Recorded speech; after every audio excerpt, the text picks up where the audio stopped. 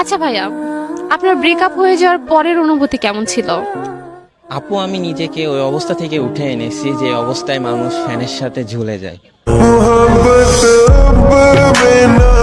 আচ্ছা আপু, যদি হুট করেই তোমার প্রাক্তনের সাথে রাস্তায় দেখা হয়ে যায়, তাহলে তোমার ফিলিংসটা কেমন হবে? প্রথমে বুকের মধ্যে চিনচিন ব্যথা করবে, তারপর নিজের অজান্তেই চোখে পানি চলে আসবে, তারপর হুট করেই মনে প্রশ্ন জাগবে যে এটা কি সেই মানুষ যাকে পাওয়ার জন্য আমি এত ছটফট করতাম। মানুষ আমাদের জীবন থেকে কেন হারিয়ে যায়? মানুষ আগে হারায় না, মানুষ আগে বদলায়। দুঃখ নিয়ে একটা লাইন।